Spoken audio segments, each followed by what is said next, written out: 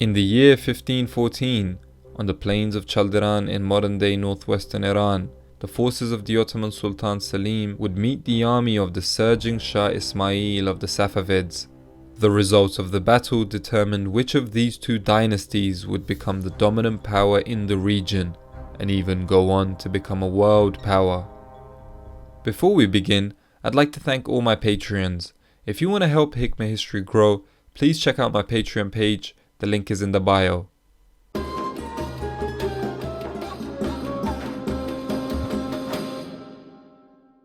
The origins of this momentous battle began about a decade before with Sultan Bayezid II. After Shah Ismail, a follower of the Twelver Shia Sufi sect known as Safaviya, established the Safavid Empire in 1501, he also decreed that the new Persian state would be a Shia state, effectively a mass conversion of the formerly majority Sunni region. This naturally allowed the Safavids to differentiate themselves from their Ottoman neighbours. Now I know some of you are thinking, so what? What has this got to do with an eventual fight between the two states? Well, from a strategic point of view, changing the religion of a dominant neighbouring country could not just be ignored by the Ottoman Sultan, because it directly undermined his power on an ethnic and a sectarian level. He stood to lose influence over Anatolian Turkic Shias to a Shia leader who proclaimed himself to be the lawful leader of the Muslim community. This was simply not acceptable for the Ottoman Sultan. An important group of people in this situation were the Kizilbash, who were Shia Turkic fighters that were instrumental in the formation of the Safavid dynasty. In addition, they were spread around the region of Mesopotamia, Anatolia, and Azerbaijan. This is important because that means they spanned the territories of both of these empires, making it a very delicate situation because their loyalties could be split since they shared ethnicity with the Ottomans but shared religious outlook with the Safavids. Besides the Kizilbash, there were other Shias living in Ottoman-controlled Anatolia that were antagonistic towards the Ottomans. The most prominent example of this was the Shah Kulu rebellion in 1511, led by a Turkmen Shia who rebelled against the Ottomans and expressed allegiance to Shah Ismail. Although that rebellion was put down, it did not help the well-placed Ottoman paranoia about a Shia fifth column. Also, it is important to contextualize the momentum that Shah Ismail would have had in his favour in the lead-up to Chaldiran. From the time he established his state, he had barely lost a military encounter. The prospect of Safavid military action even threatened the Ottoman realm since Shah Ismail had previously managed to capture key cities in eastern Anatolia. War was inevitable. By 1514, after getting rid of rivals to his throne, Sultan Selim was ready to go on the offensive. He sent an army of up to 100,000 troops to eastern Anatolia aimed at fighting the Safavids. The army established a military center at the Chaldiran plain and soldiers were posted on hills. Shah Ismail must have been fairly confident against the encroaching Ottomans because of his military successes thus far and the fact that he had been working with certain eastern Anatolian Ottoman officials.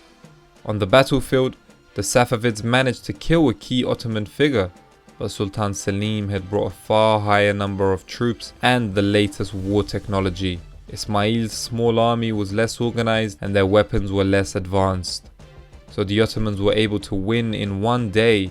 Sultan Selim's troops continued and entered Tabriz, the Safavid capital. What were some of the consequences of the battle? After the fighting ended, several major events occurred. Firstly, the alliance between the Mamluks, the rulers of Egypt, Syria and the Hijaz, and the Safavids ended. This made it significantly easier for Sultan Selim to expand the Ottoman Empire into Bilad al-Sham, or the Levant, conquering the Mamluk territories in 5 months. Secondly, the Ottomans now controlled the Van Tabriz part of the Silk Road that had previously been under Safavid control, so economically there were a lot of positive benefits from it. Thirdly, important Anatolian and Mesopotamian cities such as Erzincan, Bayburt, Diyarbakir, Mardin and Bitlis all became Ottoman territories which solidified Ottoman control over Anatolia. As for the Safavids, Shah Ismail had not only lost the battle, but also his aura of invincibility. Up until Chaldiran, the Shah was seen to have prophetic martial qualities and had not lost a major battle.